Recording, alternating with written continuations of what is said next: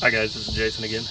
Today we're going to be installing the timing chain tensioner made by OneStopPerformance. This is intended to help that startup knock that you get on your RZR sometimes.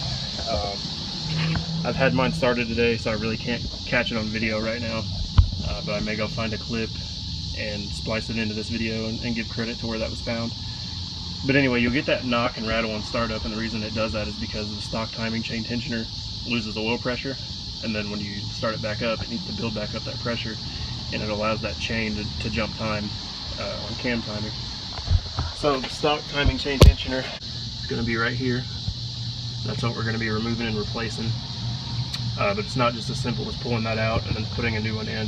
What we're actually going to have to do is take off the drive belt cover. That way we can spin the primary and get the engine to top dead center. Or excuse me, the camshaft to top dead center. And also what we're going to do is remove this plastic here. They have to pull the air box out, and then this heat shield so we can get the valve cover off. On the 900S's, everything's a bit more compact than the XP1000s. So on those, you can actually get the valve cover off without having to pull everything out and take everything apart. But I'll go through step by step on how to do that.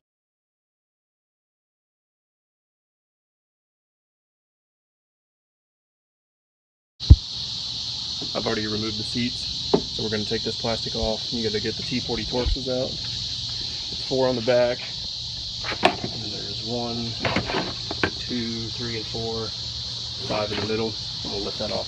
Okay, so I've got the plastic piece off. As you can tell, my intake area is pretty filthy, so that's going to get washed out really well. For those of you that have never seen this, this is the air intake side, so if you're ever worried about getting water in here, you're never really going to spray directly into it. Because it actually takes in there and the opening is up there. But still be careful on that. And then this is your CVT intake. Little rod cone looking thing. But again, it's low, and then these fins are angled down, so it shouldn't pull a ton of water in. But I took off the passenger side, this bracket right here. That's a 13mm bolt. I took it off the driver's side, and the reason being is I've got to get this heat shield out. And I believe it is going to be held in by some of these push pins as well. Still trying to locate what all's holding everything in. And then I'm going to have to remove the air box entirely as well.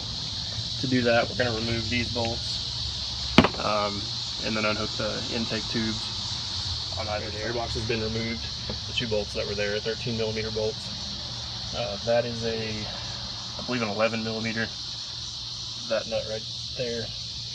Just loosen that up until you can pull it off. It'll require a little bit of force to separate the air box away from that tube, but you can get it off there. And I'd highly encourage you to put some shop towels in there just to prevent anything from getting down into that intake. You don't have to, but if you do, remember to take those out when it comes time. This is the heat shield that we're going to remove. And to do so, we're going to have to pull some of the push pins out of here. These pliers are really handy to do that. So we're going to remove several of these, and there'll be enough of them to get that off. And if we have to take this whole panel off, that's what we're going to do. Okay, so it's not going to require to remove the whole bed, but I did go ahead and take out all the Torx bolts that were there and throughout, because I was thinking I was going to have to. And this heat shield is what needs to come off so we can get to the valve cover, and it was being a real pain, and I just figured it out. I went ahead and removed all these push rivets.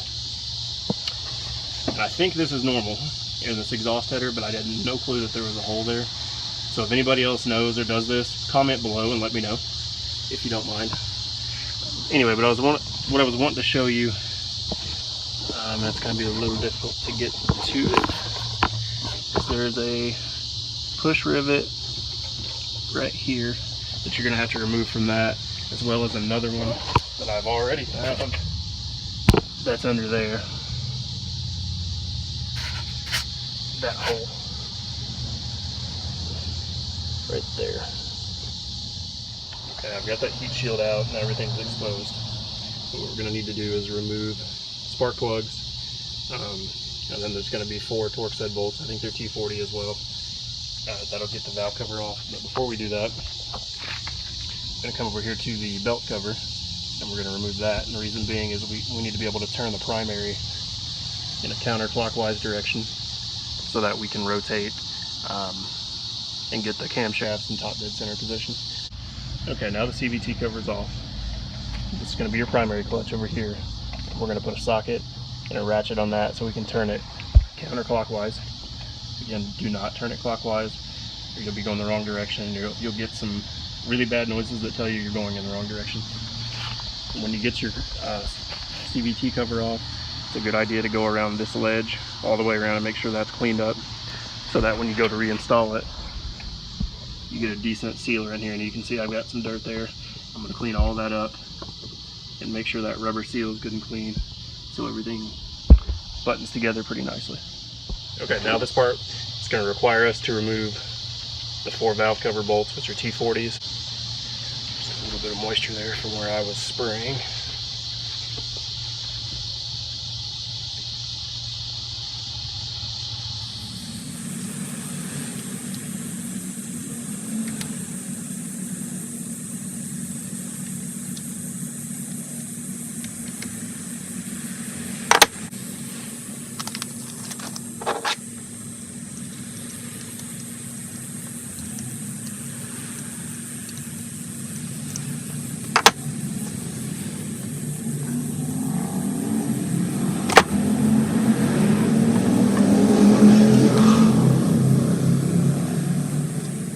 Okay, now with the valve cover off, we've got the gasket, and I'm going to go ahead and remove it.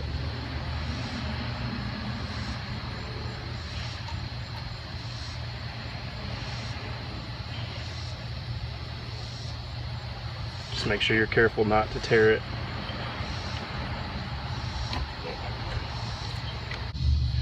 But what we're going to be looking for are for the cam lobes, these two here. They're going to be facing each other in opposite directions. You'll see these grooves on the ends right here. Those are also going to be horizontal if you're looking at it from the side and lined up with each other. And then on the sides over here on the cam gears, I'll show you there's I's and E's for intake and exhaust, and those are going to line up as well. So what I'm going to do is go to the side to the primary clutch, and I'm going to do some alignment over there to get this thing spun where it needs to be. Okay, so I'm about to start spinning the primary. You'll watch the lobe start spinning. So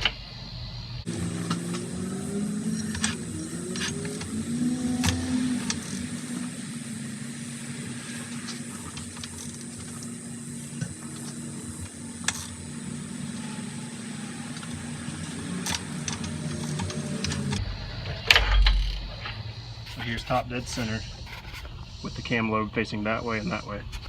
And that means there's no tension on the chain right now. This is going to be difficult to see because of the exhaust, but there's the eye I was talking about.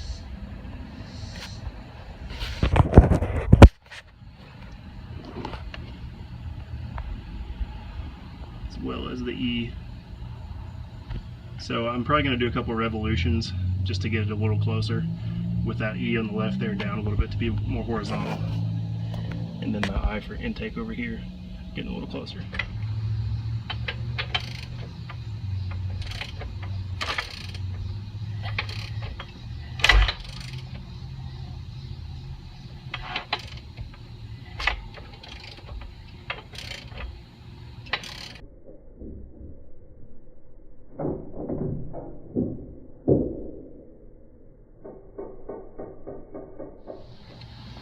So I just broke the timing chain tensioner loose. Let's stick a paper towel under there because this is going to be lubricated. What I've got is a 27mm socket.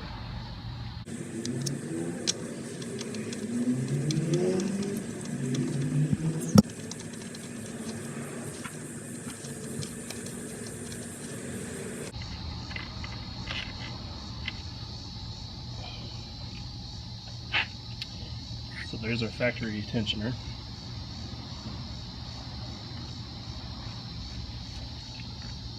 That's all spring pressure there. One thing I do want to show is that you're going to want to keep the washer that's on here. So it's going to be up there. Just pull that off. Now to reinstall with the OneStopPerformance one, We're going to take that washer I just showed you and we're going to put it right there. And this is going to thread directly into the existing hole. Something I want to show you real quick about how this works. This is just the gasket and the bolt. That's not really what I'm showing you, but it's this little metal tab. When you pull it, see your tensioner is going to go out, and it's going to have force where you can't push it back. So if you do that prematurely, it's alright. What you need to do, it's going to be hard to see, but there's a spot in there where you can get a little precision screwdriver. And then as you turn it clockwise, you can put it back in. And you don't want to bottom it out all the way because it'll stay. So you want to release it just a tad, and you can see as it spins, that's what lets it out. So you want to bottom it out, that's off, and then take off just a tad.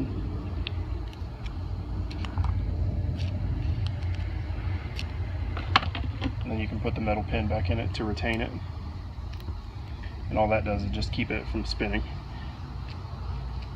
And then what you want to do when you get this in and installed, pull that out and it'll push it in. Something I want to show you before I tighten this up, you can see there's still a gap there, is if you look at your timing chain, you're going to see there's some droop in it. It's because there's no timing chain tensioner in there and there's no tension on that chain. So as I tighten this, the slack in that timing chain is going to come out. Okay, this is all tightened up now, as you can see. And don't go too crazy on that because this is an aluminum body that's threaded in there, so don't over tighten it. And like I said, notice that the slack will come out of your timing chain. What you want to make sure you do is pull this tab out of there, and it'll engage. And then after that, you're going to take the crush washer and the little bolt and seal at the end of that. Okay guys, I got everything back together. Tensioner's installed. Put the CV cover back on. We're going to do the first startup now to see how smooth she starts up.